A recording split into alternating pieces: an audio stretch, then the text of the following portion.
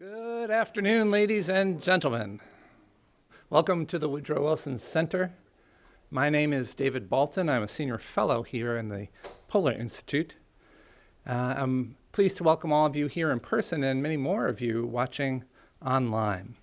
For those of you who may be new to the Wilson Center, let me just say a word or two about this place.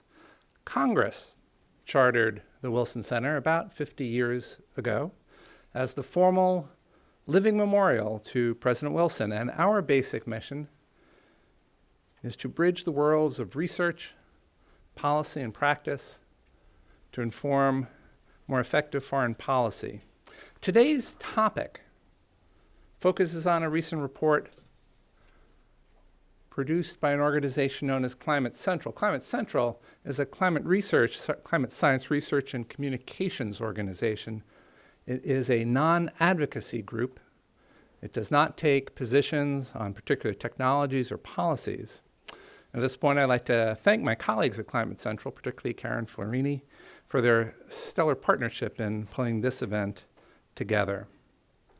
The report that Climate Central has issued, which is the focus of our discussion today, indicates that the effects of sea level rise over the coming decades could be significantly more disastrous than previously thought, particularly in East and South Asia, but also in other parts of the world, particularly the developing world. And that is because the data sets used to estimate elevation of land near shore in much of the world seriously miscalculate the amount of area under threat of rising tides and flooding. As a result, the report reveals many more people than previously thought, hundreds of millions of more people today, live in such at-risk areas. This report has stimulated significant attention by the media, more than 3,000 articles, more than 100 countries. This is not surprising, given the scale and significance of the research we will be discussing today and the breadth of the humanitarian, security, and economic implications that our panelists will be considering. So here's our game plan for you. Ben Strauss of Climate Central will present the essence of the new study. After Ben's presentation, I'll open the floor for a few questions about the study itself. And then we will move on to our three panelists to discuss the human security and economic implications of the research. After the panelists have finished their presentations, we will then open the floor generally to any of you who may have questions for any of them. And for those of you here in person, please join us for a reception immediately following in the Wilson Center dining room on this floor to my left. It is now my distinct pleasure to introduce Ben Strauss, the CEO and Chief Scientist of Climate Central and one of the two authors of the report. Ben earned his PhD at Princeton University and founded Climate Central's program on sea level rise. This program specializes in combining multiple large data sets to produce research, maps, and other visuals that provide insights on rising seas and their potential impacts. Additional details on Ben's bio can be found in one of your handouts, along with those of the other panelists. Ben, the floor is yours.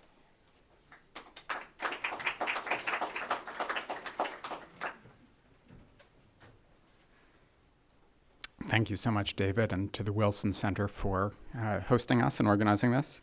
And also to John and Eric and Julie for your time, and my colleague Karen for doing so much of the organization. And I should also call out my co-author, Scott Culp, is here, the lead author of this study. So I hope many of you will be able to stick around afterwards and we can connect. All right. So really, when you boil it down, just two things matter in coastal vulnerability analysis, looking at how many people could be exposed to coastal floods today, sea level rise tomorrow, and their combination. And one of those things is how high the water is going to get. And the other is how high the land is. And almost all research in this field has concentrated on how high the water is going to get. And that makes sense. It's a really hard problem. It's very uncertain. How will the glaciers and ice sheets respond? What will be the rhythm and tempo? And we can never know those things with certainty. But almost no research has evaluated the quality of the elevation data that we use to assess the vulnerability to any given water level. And that is the focus of the research that we've done and that I'm presenting today. And right up front, I would like to make a little bit of a scientific key point. I'll get into some of our findings and details and implications, but our study very much improves on the elevation data used for this sort of analysis. It's a big step on a longer journey. It's not the final word. In terms of projecting future water levels, we can improve and improve, but we will never have certainty. Too much depends on the idiosyncrasies of ice sheets in far-off Antarctica and Greenland that will be impossible to ascertain perfectly. But we can know elevation almost perfectly. So there is a real opportunity here and a call to arms to continue to improve on the elevation data that we're presenting. Our work uses artificial intelligence and sophisticated modeling to do the best with the data that we have available.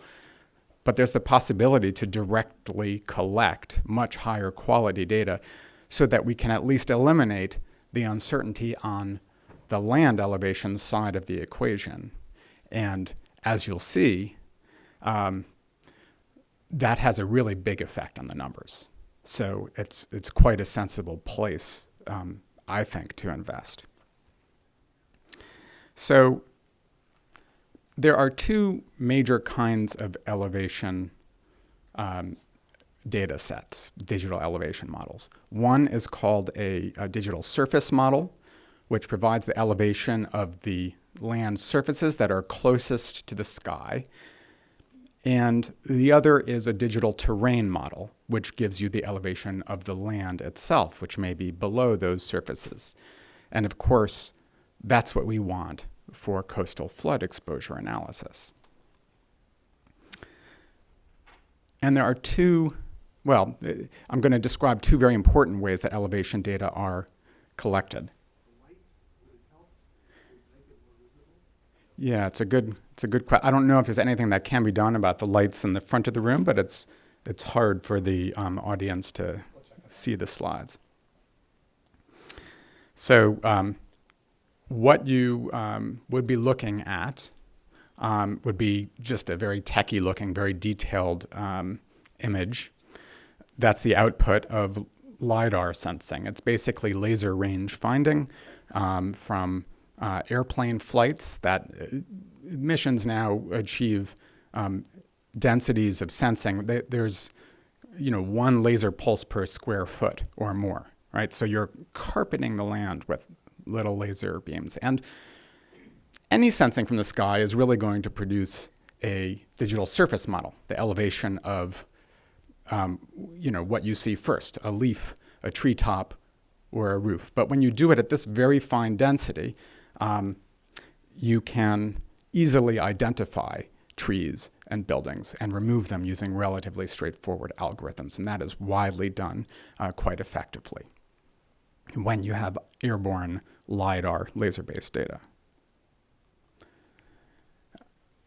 But we only have LiDAR data now for the coastal United States, much of Western Europe, Australia, a few other spots around the world. Most of the world lacks LiDAR data, which are expensive to collect. And so since 2000, the main data set that's been used for global analyses of sea level threats and also national analyses and regional analyses in places lacking LiDAR data comes from NASA, from a mission flown by the Shuttle Endeavour in 2000. The data set is called basically the Shuttle Radar Topography Mission. And sensing was done by radar from space. And instead of getting one pinprick per square foot, you kind of get a big blob of a sensor with a 100-foot diameter striking the surface of the Earth and really completely unable to distinguish, up until our study, rooftops from the ground. And so cities look like hills because of the buildings in the cities. And it's been a great problem. But NASA, of course, has always understood that this is a digital surface model. Our work stands on the shoulders of NASA's data and research. And the research community has also understood that this is a digital surface model, but it was the best thing we had available up until now. In fact, it was so good that nothing displaced it for more than 15 years. The Germans finally flew a mission a few years ago that's maybe marginally better, but still has the basic problems that I'm describing. So just to get more of a visual look, I'm showing for the area around Charleston elevation according to SRTM, and higher elevations are in yellows and reds, lower elevations are in darker blues.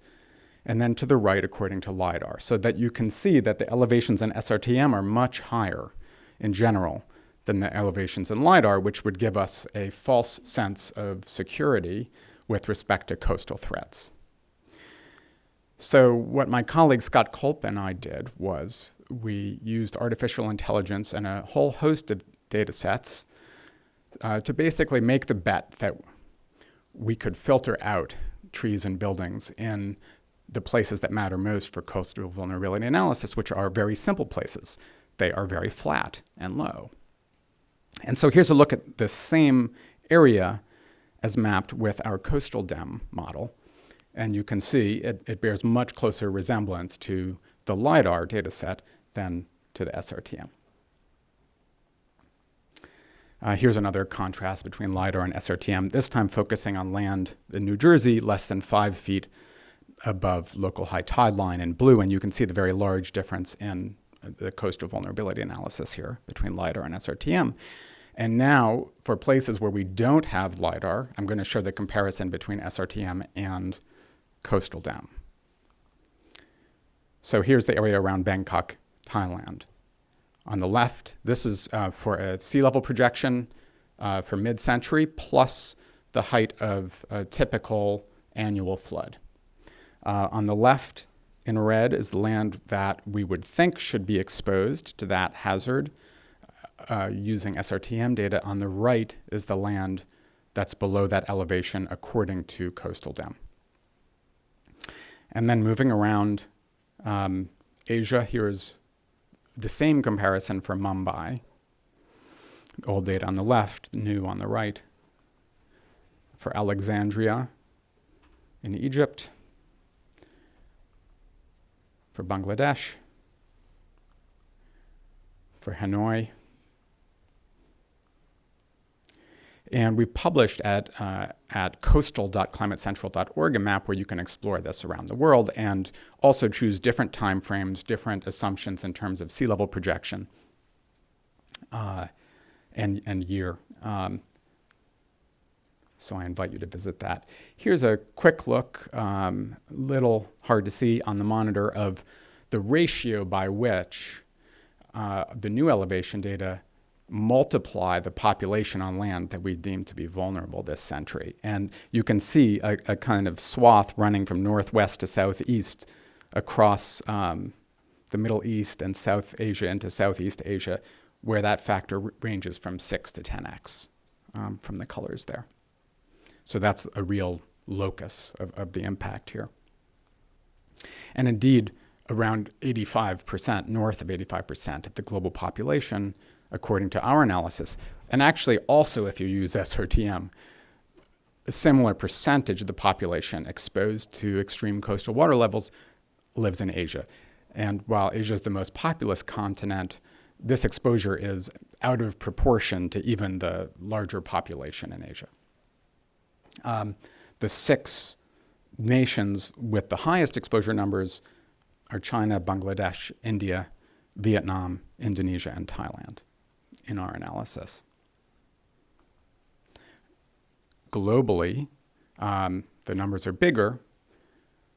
About 150 million people on land, less than the projected high tide line by mid-century, 200 million by the end of the century. I would like to call out, though, the first number, 110 million on land below the high tide line today. And that serves as a really important reminder about this study in two ways. First, it indicates that a number like that can happen for only two reasons. Either error in our data or coastal protections, or a combination. My main interpretation is that tens of millions of people, if not 100 million plus people, are on land today that is protected by existing coastal protections, whether they're really significantly engineered levees and dikes around the Netherlands, or more kind of chewing gum and masking tape seawalls in Jakarta. There are some of those in Tokyo. There are a lot of places where there are seawalls, levees, berms protecting people, which is encouraging in a certain way. It doesn't mean that those protections will suffice for tomorrow's higher sea levels, but it does at least suggest the possibility, and it suggests the possibility of engineering future protections as well. We will progressively face the question of how deep a bowl we want to live in. See New Orleans in Katrina, because a lot of New Orleans is below sea level. But if the walls of the bowl fail, you have a real humanitarian crisis. Highlighting the difference between the old data and the new, we indicate that there are more people below the high tide line today than the old elevation data would indicate are below the high tide line plus an annual flood by the end of the century for a moderate sea level rise projection. So moderate sea level rise projection. So it's a really big change. And finally, I'd like to say that looking at this through a different lens, we found 1 billion people live less than 10 meters above the local high tide line. Of those, more than half live less than 3 meters above the local high tide line. And we find that 230 million live less than 1 meter. So even within that space of the first 10 meters, there is a strong disproportionate concentration in the global pattern of development where we are crammed into the first few meters above high tide line and thereby exposed to both sea level rise and coastal floods. So finally, again, the point that I began with, our data improve on what came before, and we are working to continue to improve our data in the future. Ultimately, we need to take better measurements to understand this risk as closely as possible, because that is an uncertainty that we can eliminate. Thanks very much for your attention, and I look forward to questions and the panel.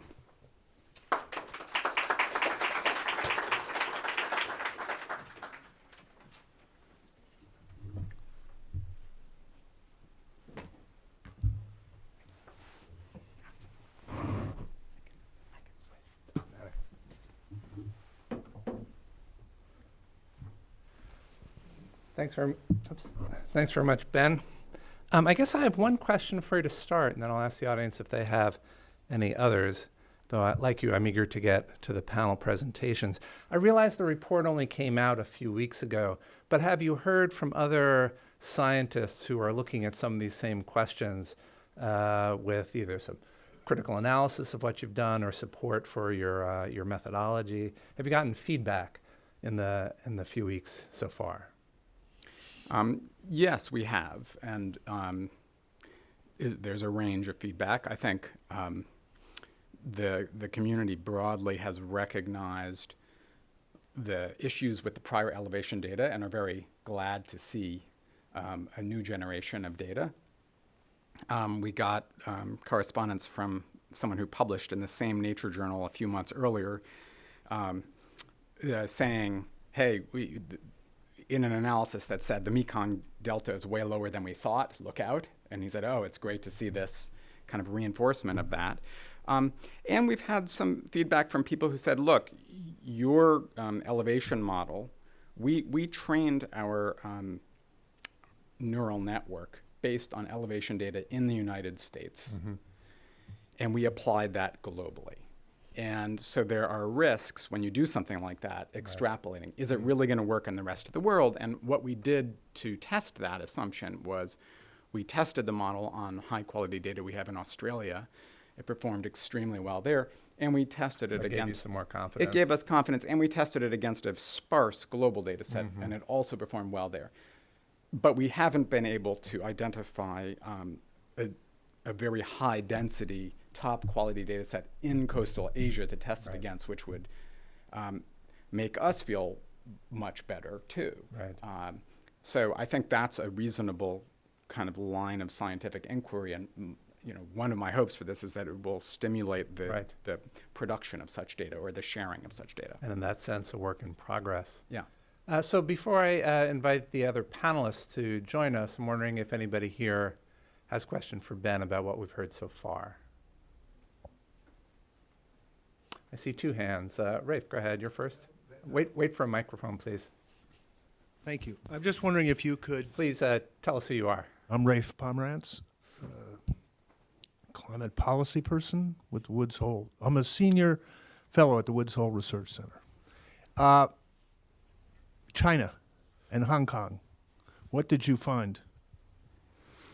I don't remember numbers for Hong Kong, but China is the mainland China, I'll say, has by far the largest number of people on vulnerable land in our analysis. And so I guess that's interesting in the sense that so often with the climate problem, the emissions come from one place and the greatest danger is in a different place. And here is a case where the presently largest emitter faces, according to our analysis, the largest danger from this particular impact. Where's the primary vulnerability? What cities are there? Can you say a word? We did not quantify at a level below the nation, but certainly looking at the map, any delta, Shanghai more than Hong Kong, for sure, and the Shanghai region, but also, if I recall, the coastal region near Beijing is also very exposed. Quite a few, really any of the river deltas. Okay. Another question behind Rafe. Yes, please. Hi, Ken Conker. I'm on the faculty at American University. Just two quick questions. First, is the data updated frequently enough that you can tell us something about subsidence due to groundwater extraction or other factors, which seems to be a key variable in this? And second, I wonder at what point the population data gets to be a bigger uncertainty than the elevation data, because you're obviously using projections to 2050 that aren't based on the vulnerability that you're now telling us is much greater. And so we have to start thinking about what kinds of scenarios for population are we going to use in these models. So I'm sure you've thought about that, so I wonder what your reflections are. Great. I'll start with the population question. And so we, in fact, used contemporary population data, not projections of future population, because we need very high spatial resolution. But we're quite clear that, therefore, what you get is a kind of index of the threat to development, current development, since that should correlate spatially with current population. So you can look at what fraction of a nation's population, for example, is exposed. And some researchers in the community put a lot of effort into modeling future populations and trying to do this sort of analysis with those future projections. And in my view, while I like the spirit of those analyses, it's pretty clear from the amount of work we've done in exposure analysis that the resolution, you can take the same population data, and if you have 100 by 100 meter resolution versus resampling it to kilometer by kilometer or 10 kilometer by 10 kilometer, it makes a huge difference in the number that you get. Future projections of population can't achieve the spatial resolution that you need for this analysis, I think, plain and simple. As far as elevation data, we were really looking to model elevation data at a static point in time. subsidence or vertical land motion more broadly is not going to be a major factor in most places across the period that where the data that's an input into our model, except for a few exceptions like Jakarta, where they're extracting groundwater and the land is sinking by prodigious amounts per year. Our sea level projections do take into account, they do extrapolate local land motion into the future based on the land motion velocity over the last several decades.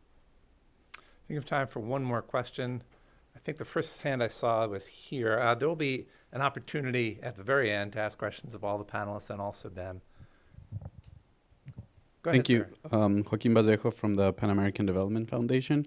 I'm just wondering, of the approximately, I think, 110 million people that are currently living below the high tide line and are presumably protected by some sort of infrastructure, does that include ecosystem-based protection measures like, I don't know, mangrove ecosystems? And has that been something that has been considered in the study? We don't have any data on the protections themselves, otherwise we would have incorporated it. So really what we're doing is making an inference that if the number of people is that large, they must be protected, because while some populations might live below, might tolerate an annual flood, they're not going to tolerate a daily flood at high tide unless they're in a houseboat or on a structure on stilts. So absolutely, I mean, some of that population could be protected by distance from the shore even, because peak high tide level, if it peaks for a few minutes, it's not going to make it a kilometer inland. And they can absolutely, in that sense, be protected in part by mangroves, sand dunes, natural features, for sure. Okay. Thanks very much. At this point, I'd like to welcome to the stage our three distinguished panelists. You have their full bios in front of you, but now just briefly, we have Eric Schwartz, President of Refugees International, also a former colleague of mine at the State Department, John Conger, Director of the Center for Climate and Security, and Julie Rosenberg, Senior Economist at the World Bank. Please welcome them to the stage.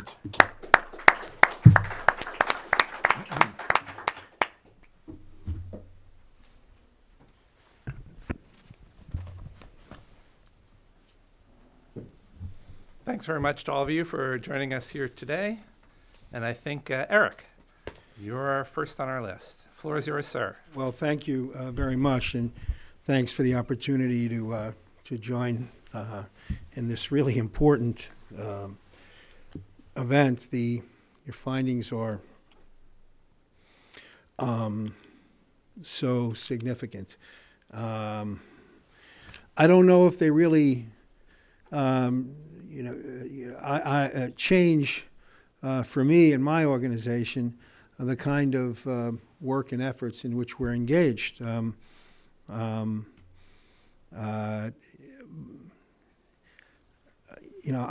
run an organization, Refugees International, that has been fortunate to have been working on this issue of climate change and displacement for over a decade. Our climate displacement program was the result of the vision of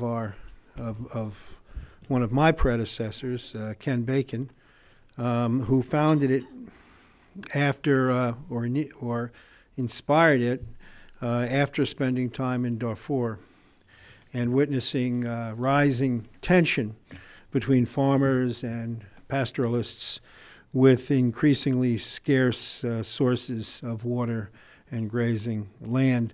The program was led for a decade by Alice Thomas, who has been succeeded by Kaylee Ober, who is sitting with us today.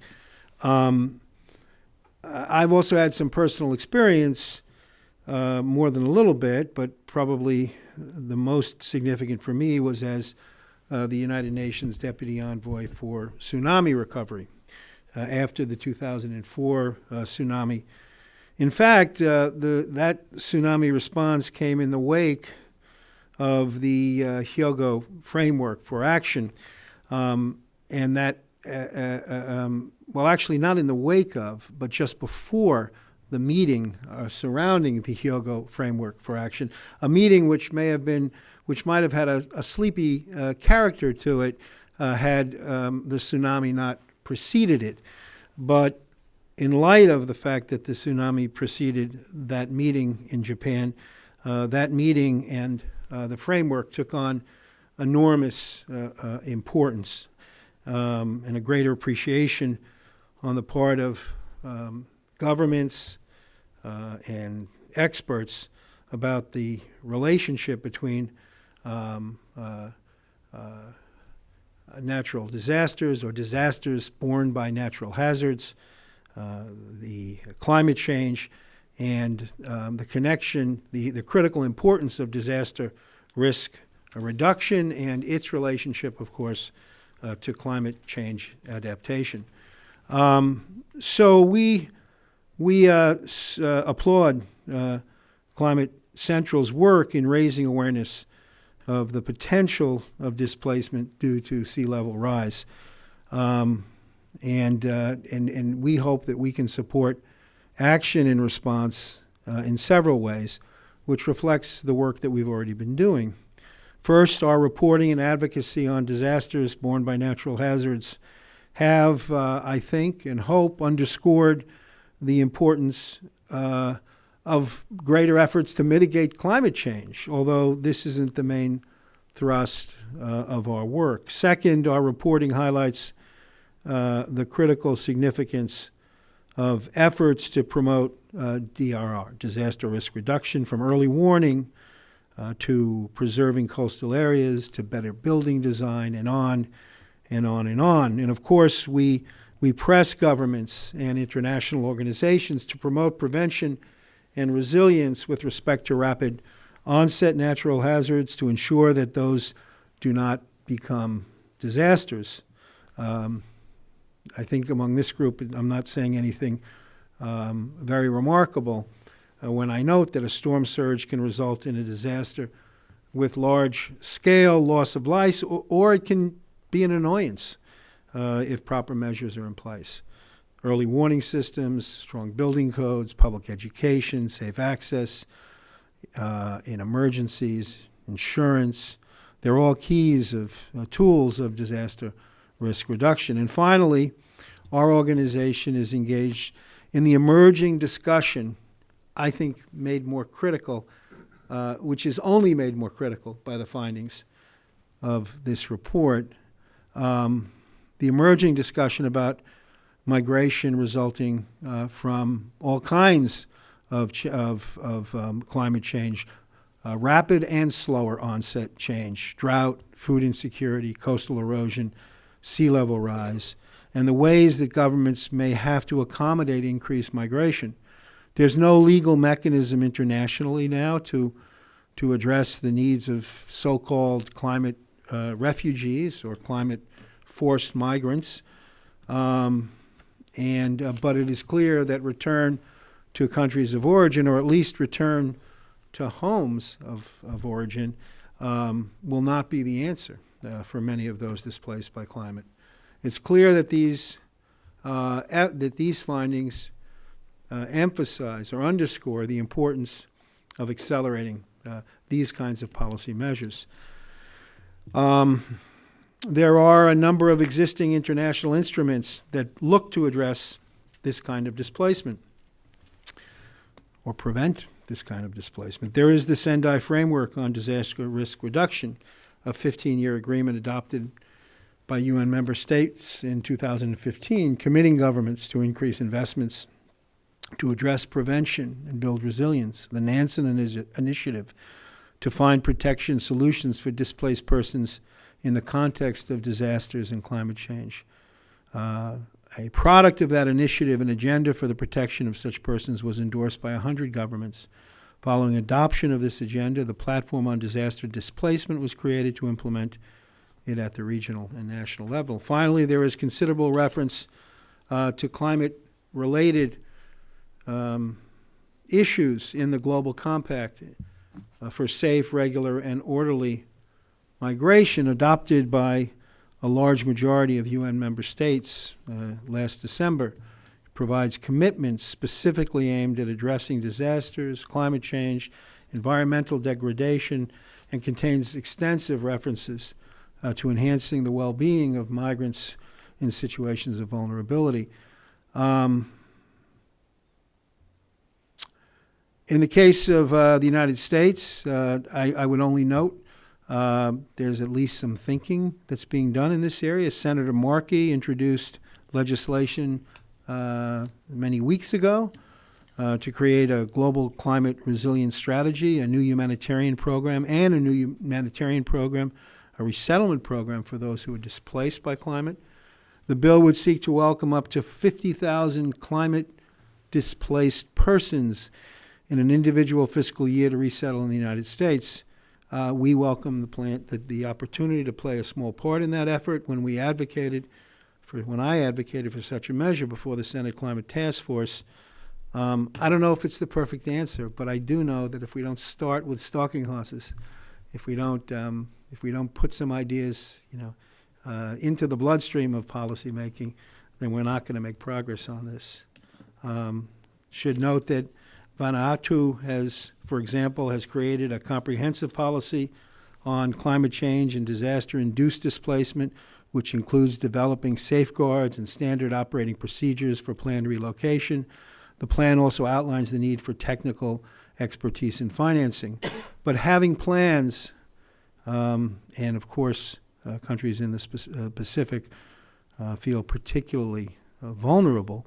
Having a plan does not mean success. Governments must develop and implement human rights-based disaster management strategies that ensure that all stakeholders have a voice and a choice in moving. So we at Refugees International will continue to track and promote and advocate around international, regional, and national mechanisms to not only ensure a fair and equitable outcome for climate-displaced persons, but also to do it in a way that is inclusive and transparent. Thank you.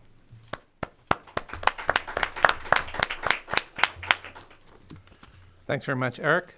Next speaker, John Conger. Floor is yours, sir. All right, thank you very much.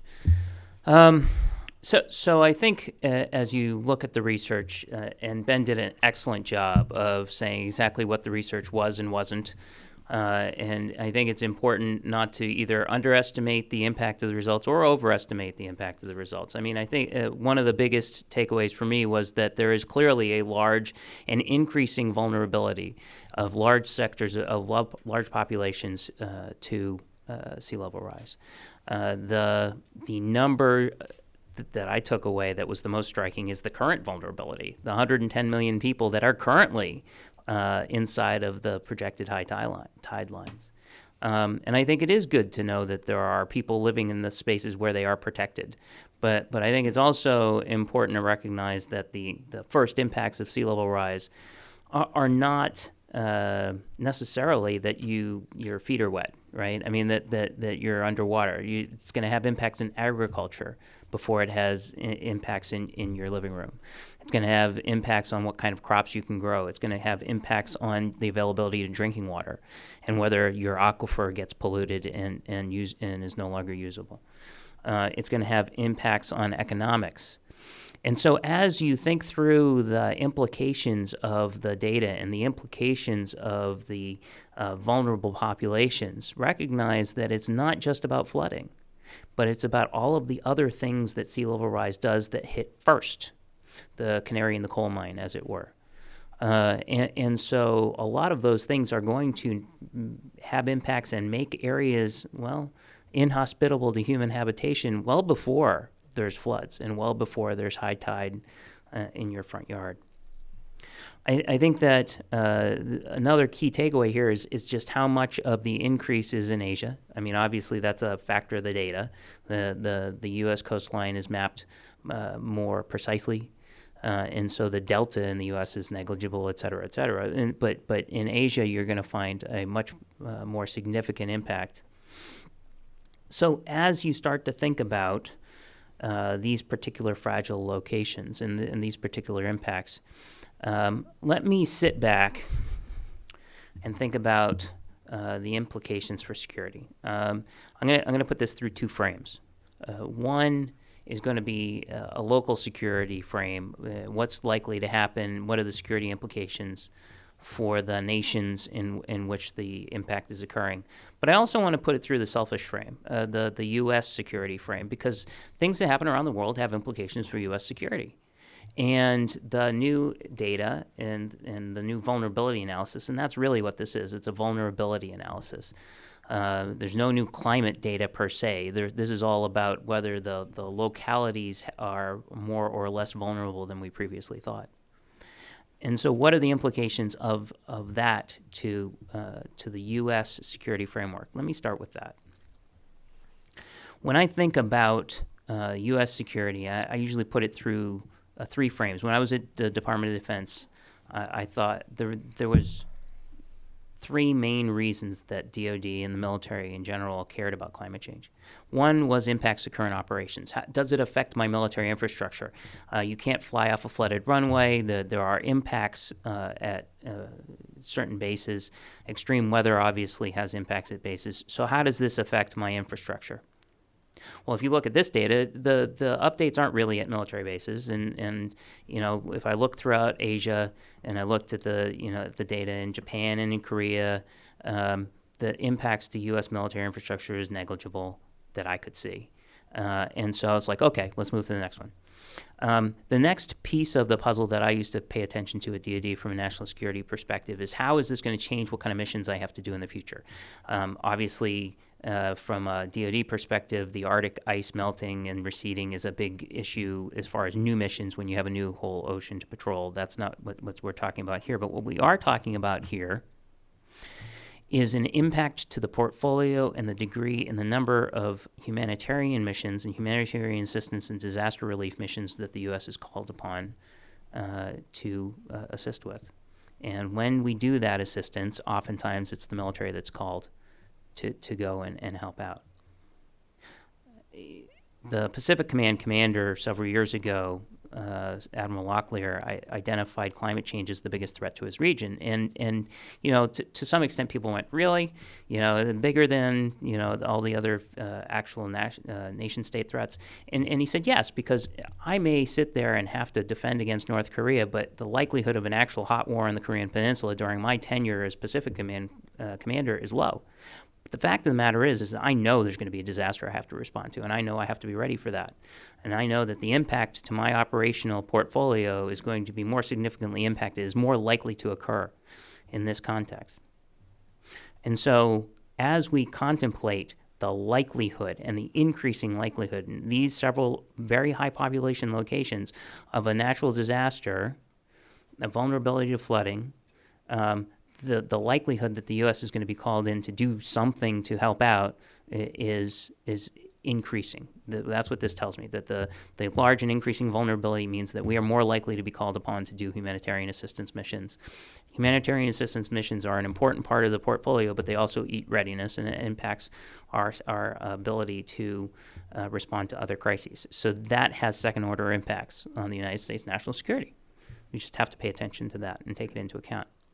But the third one, and probably the most pertinent piece of this, is climate change as threat multiplier. When you add stress to fragile locations around the world, when you add layers of tension to nations that have limited capacity or legitimacy or ability to respond to the crises of their people, you lead them along a path towards instability. And that has national security implications for the United States as well. So as we look at which of the locations that were identified are the most concerning in that regard, it's interesting that China has the largest amount of vulnerability, right? But I also tend to believe that China is less likely to call on the United States for humanitarian assistance in the event of a flood in Shanghai. That is going to have, how China responds when they are dealing with internal disasters is a different security question. What is the decision making of the leadership when they are trying to deal with internal crises? But as you look at the nations that are the most fragile. And there are ratings for these kind of climate security vulnerabilities. You look at Vietnam, you look at the Philippines, you look at Bangladesh and Cambodia and Indonesia, and all these locations are places where there is a little bit less capacity of the government to respond to crises. And so you begin to think, okay, there are places where we may be called upon to engage.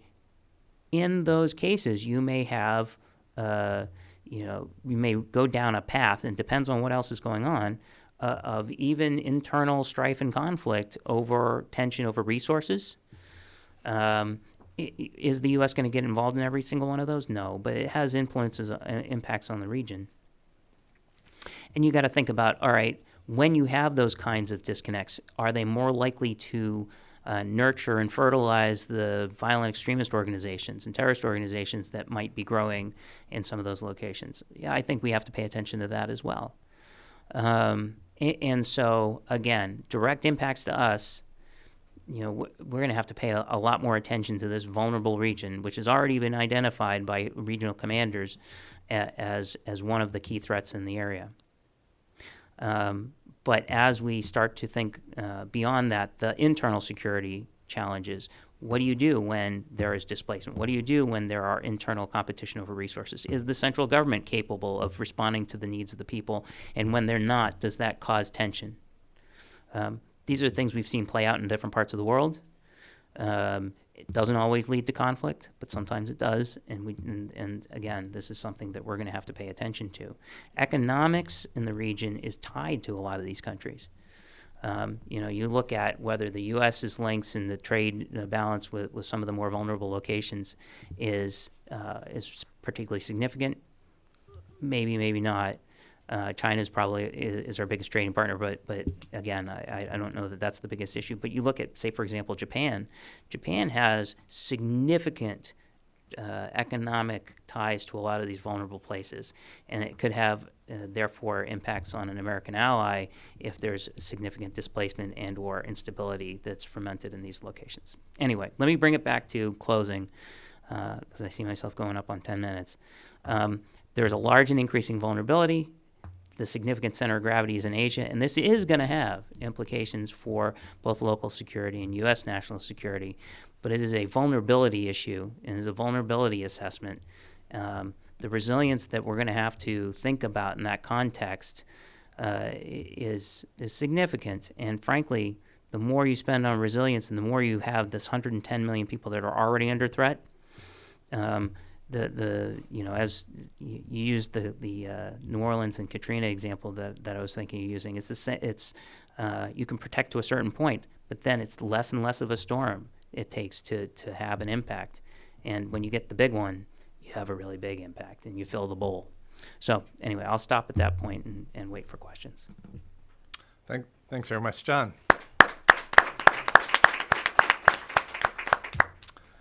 Julie Rosenberg of the World Bank, you have the floor. Hi, thank you. Yes. So I was asked to talk about the economic implications of this new research. It's extremely hard to quantify the economic impacts of this kind of analysis, right? Because you have to make assumptions about what countries are going to be like in 2050. So you have to make assumptions on population, migrations, on population growth, on economic growth, etc. But I think it's interesting to think about what are the economic choices that the countries are facing today. And in terms of coastal protection, there's basically three things that they have to do. One is invest in prevention, in reducing the risk, and some of it is this existing protection that we assume exists. Two is manage retreat in the places that you decide that you won't be able to protect because it's too expensive. How do you make sure that you're going to help people move out? And the third one is crisis management and building resilience, because you know that you will never be able to reduce the risk to zero. So even where you invest, you also need to be prepared for the crisis that you are not necessarily able to predict. And typically, the richer you get, the more you invest in prevention. The poorer you are, the more you have to release on use crisis management. And the Netherlands typically, or Japan, have made the political decision to protect their countries against any kind of hazard. and they will invest the money that's needed to do that. The countries that the World Bank work in don't have the financial capacity to do that. So now they have to make decisions, and these decisions are not necessarily based on purely economic criteria.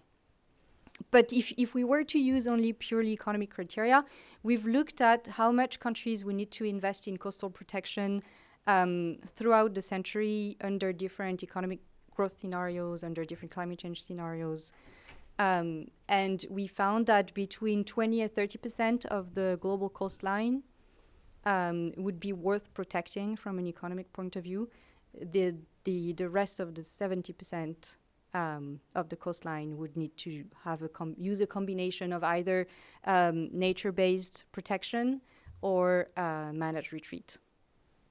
Now, today, countries are not investing in the protection that would make sense from an economic perspective.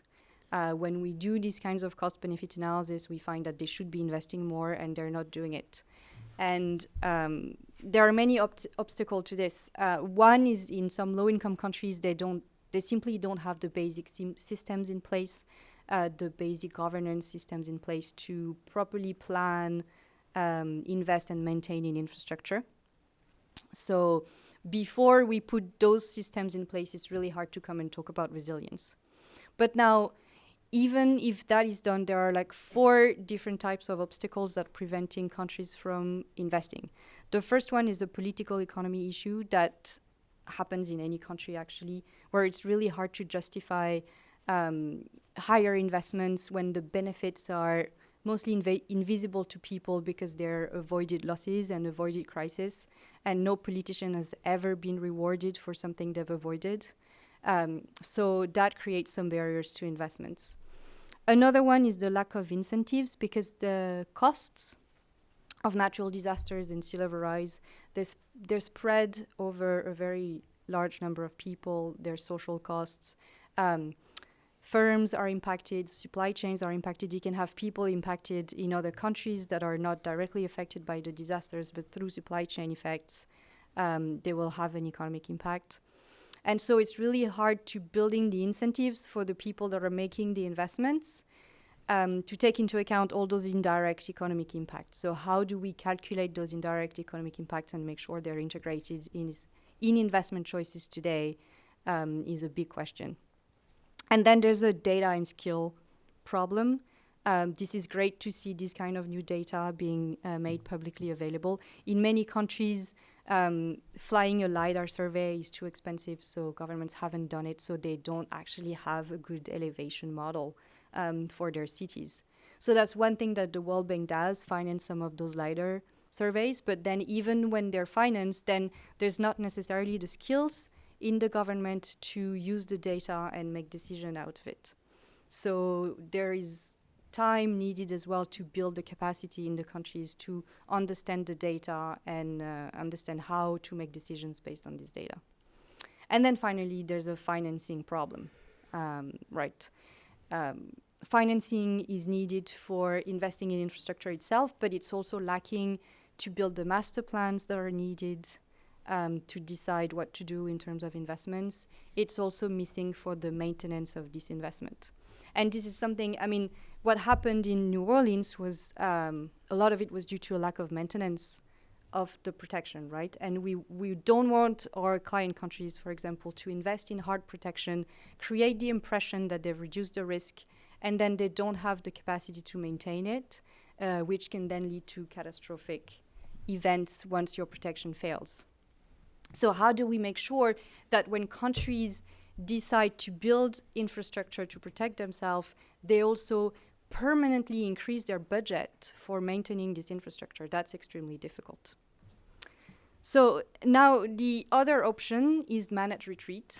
And how do you do managed retreat is also extremely complicated.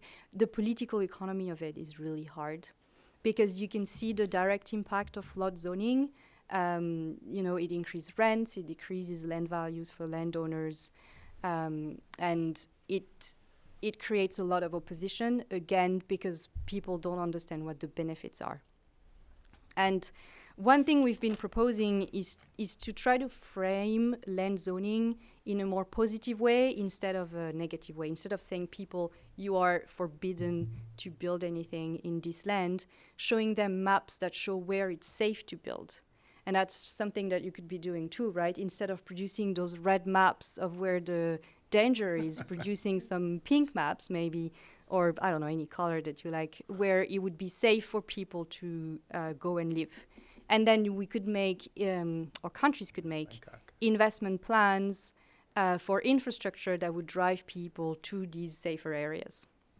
Now, you always have the issue when you're doing that of making sure that it will not increase rents and making sure that the poorest people who come from the rural areas still have the opportunity to come live in cities, because if land is restricted in cities, it's more and more expensive for them to come and benefit from the economic opportunities. So I think, the final one, which is extremely important, is how do you manage the risk that you cannot avoid? And on this, there's a range of things that countries have to do. One, of course, is the civil protection, crisis management, making sure people are safe during those extreme events. But another one is financial, making sure that the government is going to have the financial capacity to respond and rebuild after a disaster. And that's often not the case. So we're working with ministries of finance to have, for example, access to contingency finance or have fiscal buffers, reserve funds. There's a range of instruments that ministries of finance can use to make sure they have resources available when they have to respond. And the last important thing is social protection, and the use of social protection to use the poorest people to help the poorest people bounce back after a disaster. Because the middle class or the rich people, they have savings, they have access to insurance markets, they receive remittances usually from their relatives living abroad. So when their house, for example, is flooded, usually they have access to instruments that help them rebuild their house while keeping consuming. The poorest people don't have that. So when their house gets flooded, they lose everything. And then if they have a few assets that they own, they have to sell them to keep consuming. So it's really important to use social safety nets and social protection and scale them up after disasters to make sure the poorest people can bounce back. Otherwise, you create poverty traps and you enter into those vicious circles of poverty. So one thing that would be needed right now is for countries to make transparent decisions about the level of risk that they're willing to accept. So, because what's really preventing investments right now from happening in a lot of risky places is they don't know whether the government will make the decision to protect that area or to abandon it. And what we're trying to push countries to do is get the data, but also the political decision of, okay, we're going to protect this area and we're going to protect it against this level of intensity of events. Above that, we are not protecting, but we're also putting in place what's needed to respond. That doesn't exist today, and actually it's interesting because some governments, and I'm not going to disclose the country, came to the World Bank and said, we want to build a resilience plan for our city, but we need it to be secret. Because if we start disclosing the risk information, investors will pull out. So we want to disclose the plan only when we have the investments in place, not before, because they were afraid that no one would want to invest in their city once people see that it's at risk. So, I mean, on this, it's actually a very important point because right now, a lot of the financial industry is asking for data on the resilience of different types of investments to make their investment decisions. And right now, the only thing that exists is only based on location. So it means that if you're an investor and you want to be conscious about the future resilience of your investment, if you see that it's in a risky location, you'll just pull out. And we don't want that to happen because we still want investments in those risky locations. We just want them to be resilient. Mm-hmm. So at the World Bank, we're trying to put together a resilience rating system for our investments that will be also available for other financial institutions to use. And that would be based on two criteria. the first criteria would be how resilient is our projects to a range of future climate change scenarios and a range of future events, and that would be disclosed in the project document. And the second part of the rating would be, does the project contribute to building resilience of the community? Because you can have a very resilient bridge, but if it's driving development in a very risky area, it's not really contributing to long-term resilience of your community. You want your bridge to also maybe give an incentive to people to settle in a safer area. So we're working on it. It's actually much more complicated than we thought at the beginning, but we're hoping that in 6 months from now, we'll have made good progress on this. Okay. So let me stop here. Yeah. Thanks very much, Julie. So I'd like to open the floor in a moment to questions from any of you, but as moderator, I'm taking the prerogative of asking at least one while the rest of you get your pens ready. And actually, it's for John. So one of the maps that Ben put up in his slides showed that among the areas where, as a result of the analysis that Climate Central has done, seem much more at risk than we had previously thought was the Middle East. And I would have thought you might have spent a little more time talking about the potential national security implications, including for the United States, about that. I did mention that there were more than 3,000 news articles about the report after it came out, and I have the one from the New York Times here, and it says the following: Basra, the second largest city in Iraq, could be mostly underwater by 2050, according to the analysis in this report. So let me talk a little bit about that. First of all, as we all know, mostly underwater is an overstatement, right? I mean, as we've seen in all of this data. So to the degree to which people are already there inside vulnerable areas, there's some protection. But, you know, at Fair enough. river deltas or wherever, you're going to have a larger impact. And so Basra is one of those places. Clearly, the United States has security interests in the Middle East, and we've spent a lot of time in Iraq. The instability of the region obviously is affected by climate change. Flooding is not necessarily first on that list. Right. Extreme heat is one of the factors that we have seen impact military operations, impact the ability of people to simply live in places that are not air conditioned. You know, heat and humidity has a significant impact on aircraft performance. And from a military perspective, that means you can carry less payload, whether you're a cargo aircraft or, you know, are carrying ordnance. And so you have to do that math.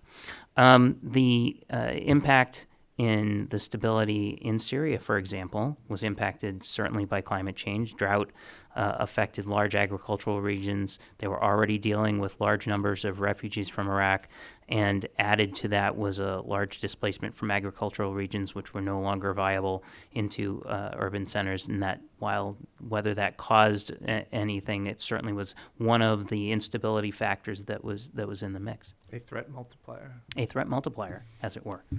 And for those of you who don't understand the term threat multiplier, DoD uses the term force multiplier a lot, and what that generally means is if you've got 10 guys but they have communications equipment or intelligence information, that lets them act like a larger force because they have larger tools or better tools. Threats are multiplied by climate change, where you take a stressful situation and you add another layer to it, which just amplifies the problem. So yes, I can see the displacement of people inside Iraq to be a significant problem. They're already wrestling with that, right? So they're already sort of on the edge. I think I don't know. I cannot speak to the amount of money they have available to make investments in resilience, or whether they'll simply displace the individuals there. As I alluded to a second ago, there's already been a lot of displacement inside Iraq. Thank you. Friends, I see a hand over here, and if we have a lot of questions, I may group them, but please, go ahead. No, thank you. Thank you all for a remarkable session, and pretty sobering, I must say. Thank you for that report. Anita, please introduce yourself. Oh, sorry. I have a two-part question, which comes from two parts of my life.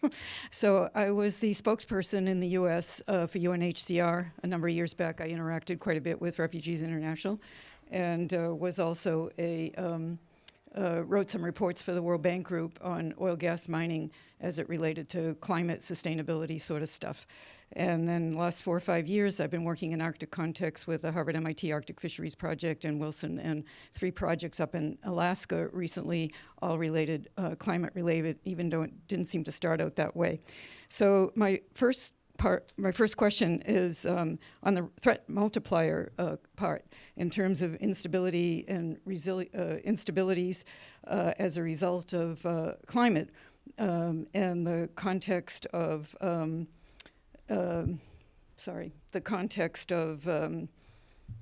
what is it that we're going to do, both at national and international levels. I wonder, and obviously the connect between war and such instabilities, climate-related instabilities, civil war. There's a sort of a macro and micro point to my question, if I get there, which is at policy levels, internationally speaking, how is that being addressed to build upon some of the points that you've just made? And how does that relate at the more local, national, and even more local levels in terms of specific community-based kind of assessments that might include not just relocation within country, but also migration outside of the country to other locations? So how do you kind of put those pieces together, if I've asked it in any coherent manner? And the second part is Arctic related, which I've done some projects port related, and it seems like a lot of talk about infrastructure in terms of Arctic ports as the warming continues and shipping likely to increase. So how do you start building upon existing ports or developing new ports in the context of the changes that are ongoing in such a way that can be, one, affordable and two, logical in terms of effectiveness? Thank you. Before I ask if we have any responses, let me see, are there any other questions at the moment? If not, who wants to take a stab at either part? Yes? Well, maybe I should, at least on the institutional structures for dealing with this issue, and I'll try to be brief. I actually think there's development in this field, in the migration field and the refugee field, which is rather encouraging in this regard.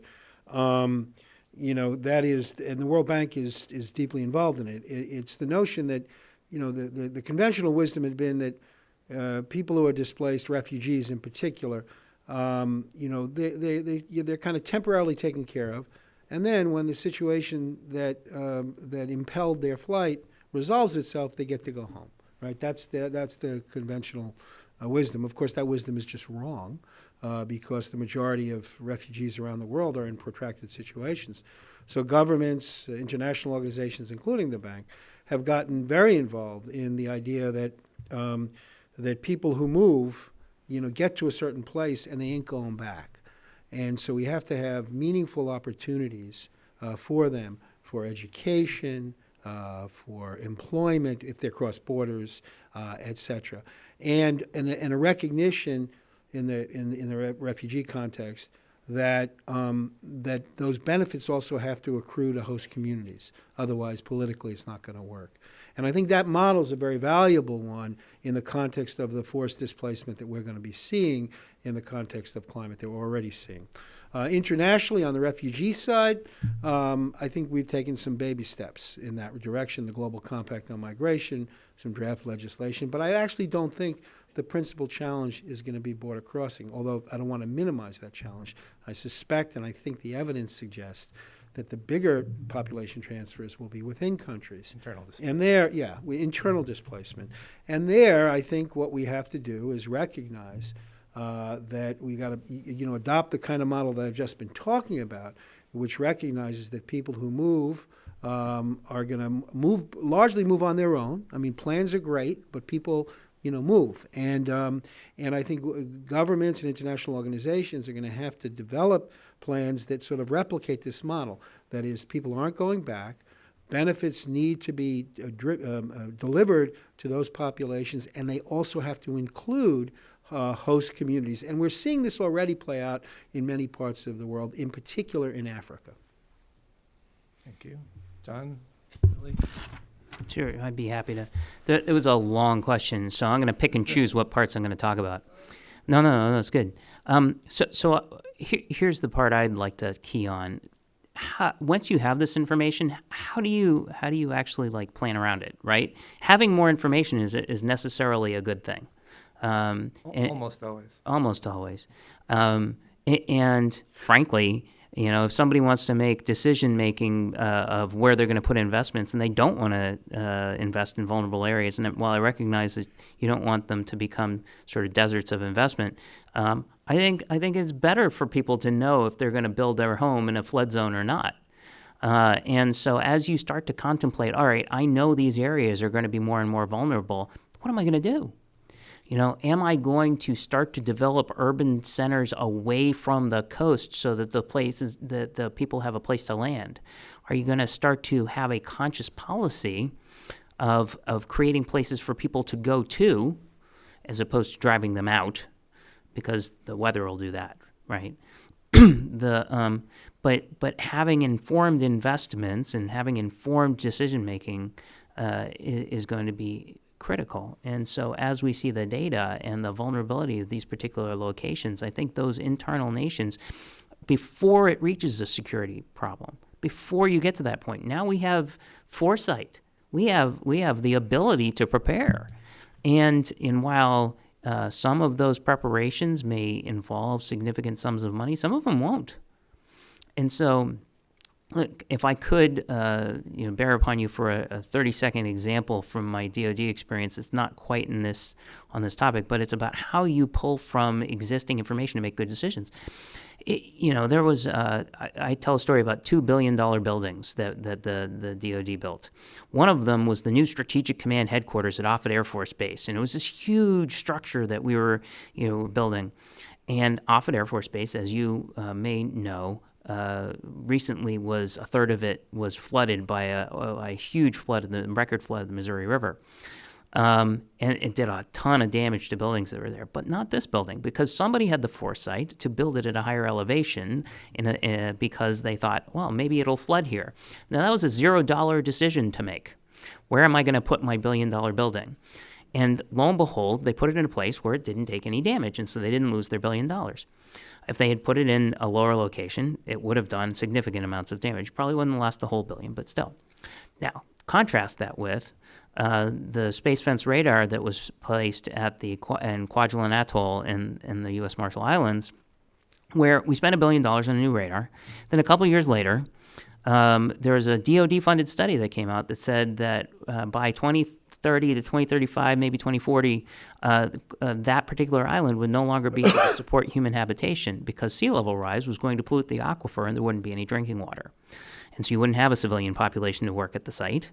And maybe that means that we have to spend a couple of $100 million on a desal plant or something along those lines. But nonetheless, knowing that before you decided to spend the $1 billion is important. And so we are, because of this research in particular, benefited with some knowledge and an ability to say, okay, I know that these particular areas are vulnerable. And I know that there may be displacement of populace, and I know that there may be some tension created in the next, coming decades because of this. Well, now is the time to start thinking through what those policies might be to head off the tensions and to minimize the impacts. Thank you. Sir, in the front row. Hi, Bill Eichward, consultant. I thought this was a question I'd ask just you, but given the last comments, I think it's relevant that you commented on it as well.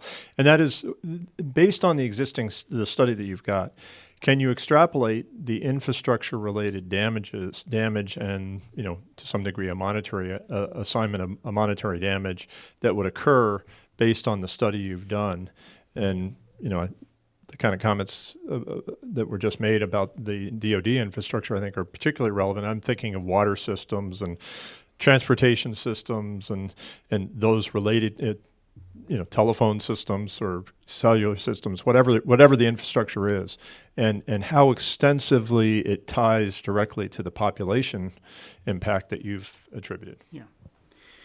Well, we haven't done a specific financial or economic impact analysis, but I think it's worth noting that I think a lot of the biggest impacts will be through indirect and sometimes surprising pathways, and will predate, the day when the tide is washing into your, living quarters.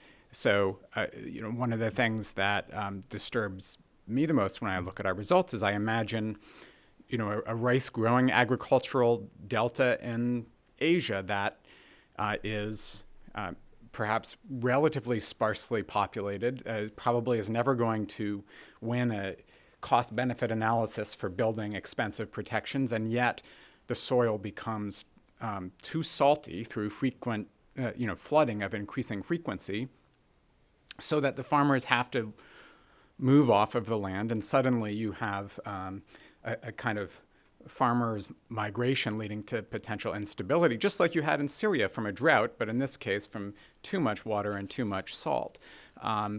So I expect there to be a great deal of indirect impacts like that, which indeed make any kind of financial analysis really complicated. So can I maybe add to this? Because we just published a study on infrastructure resilience, and we've calculated the average annual damages on the infrastructure due to all natural hazards. So it does not include future sea level rise, but it includes coastal floods today. And we found that the direct damages are $30 billion per year for the world. And then we've calculated the indirect damages on households and firms, only in the developing world, and we found that was between $400 and $700 billion per year. So the indirect impacts, and just through the infrastructure systems, are much higher than the direct impacts. My only observation here is that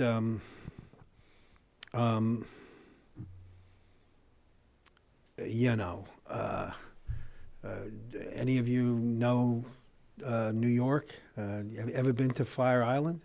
There's a lot of private wealth there, and there's a lot of political influence there that comes from private wealth. So damage that is done is fixed, either through private investments that are made because people are very rich, or because of political or governmental investments in resilience because rich people are very politically connected. And unfortunately, many of the most vulnerable communities in coastal areas are very, very poor people and very poor communities.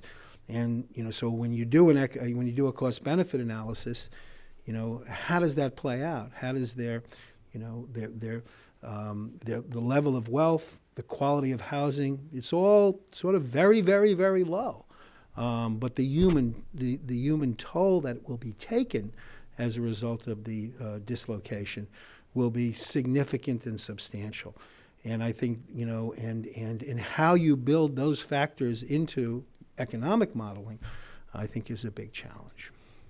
But it's a reality, and it's a reality that we have to confront. And if I could key off that point, while that's true for micro, it's also true for macro. So damage done to China, I have every confidence that they have the capacity to just fix it.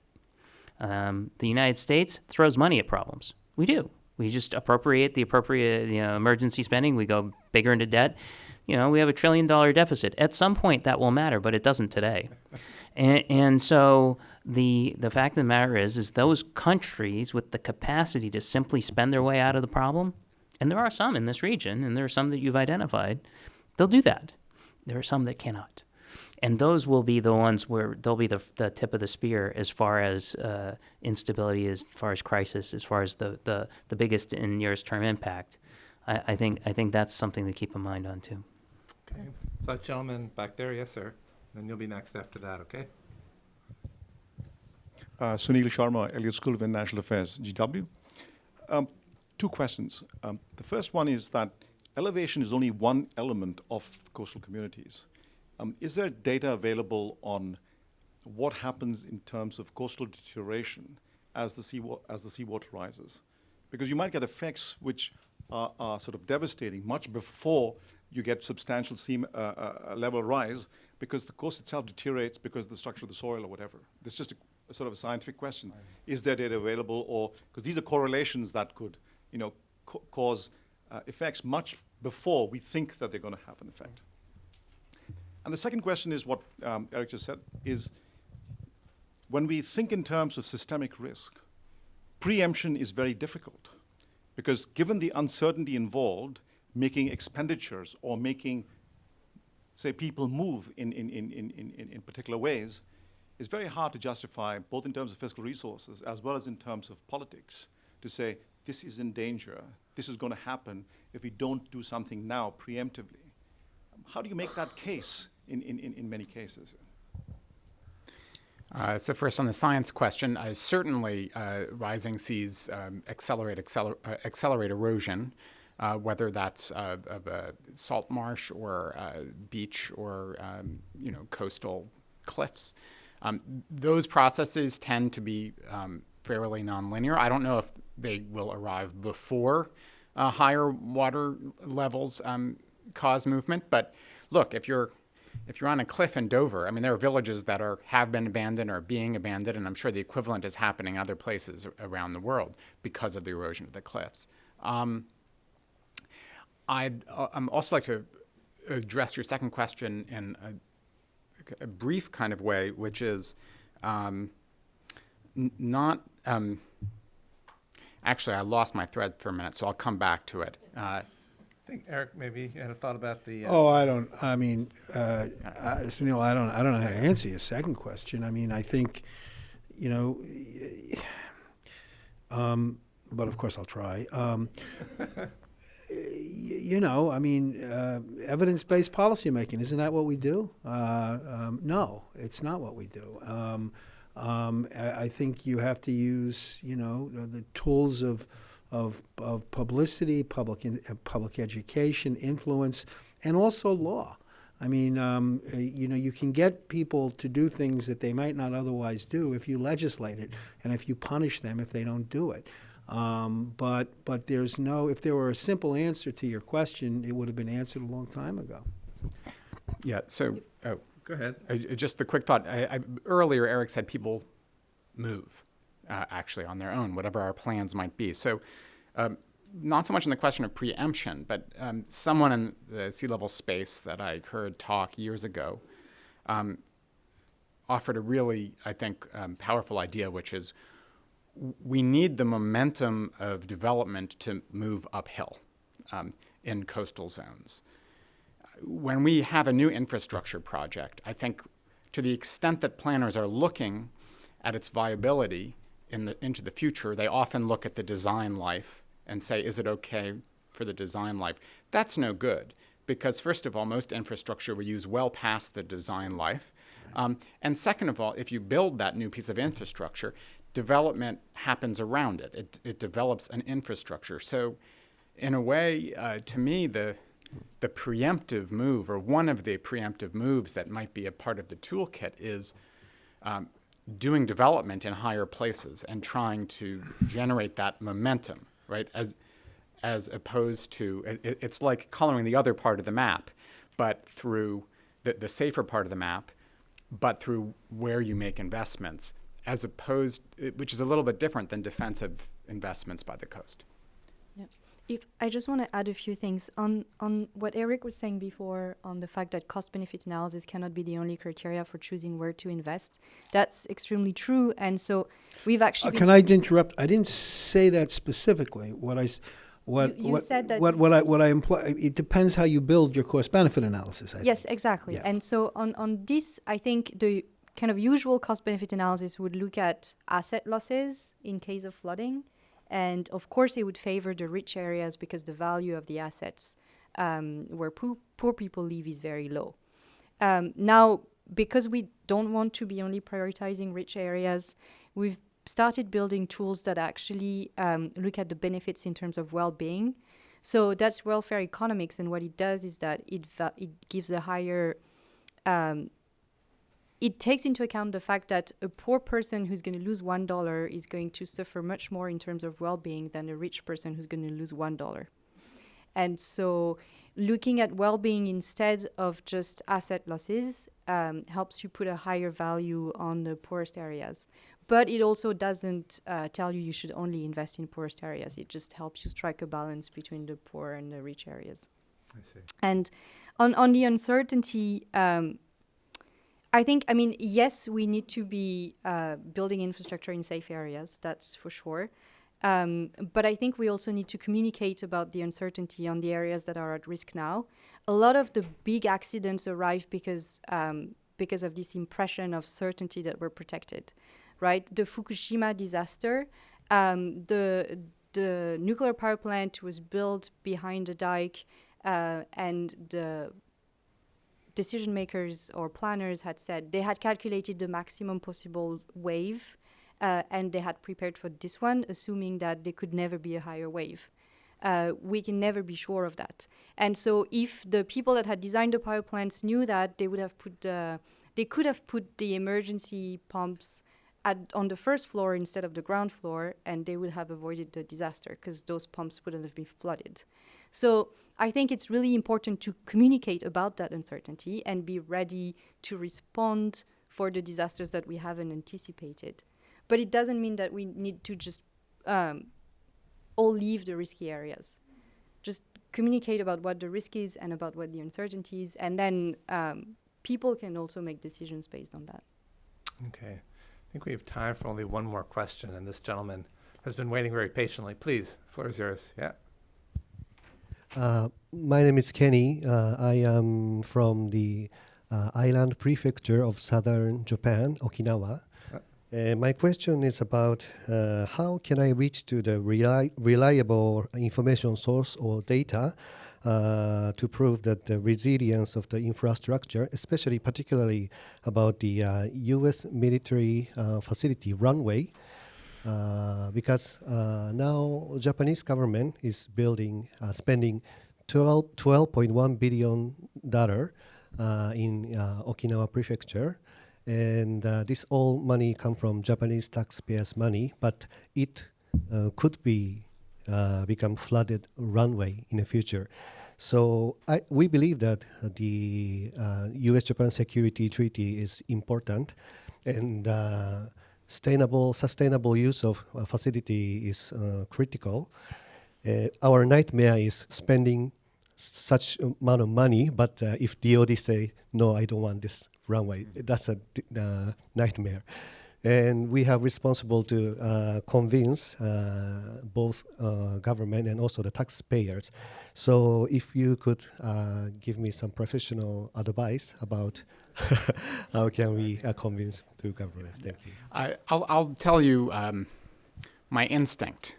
My instinct is that Japan has probably mapped most of Japan using LiDAR data, and those data exist somewhere. And if they don't, Japan can certainly afford to collect them, much more than many of the other places that we've been discussing, and that can happen relatively quickly if you have the budget.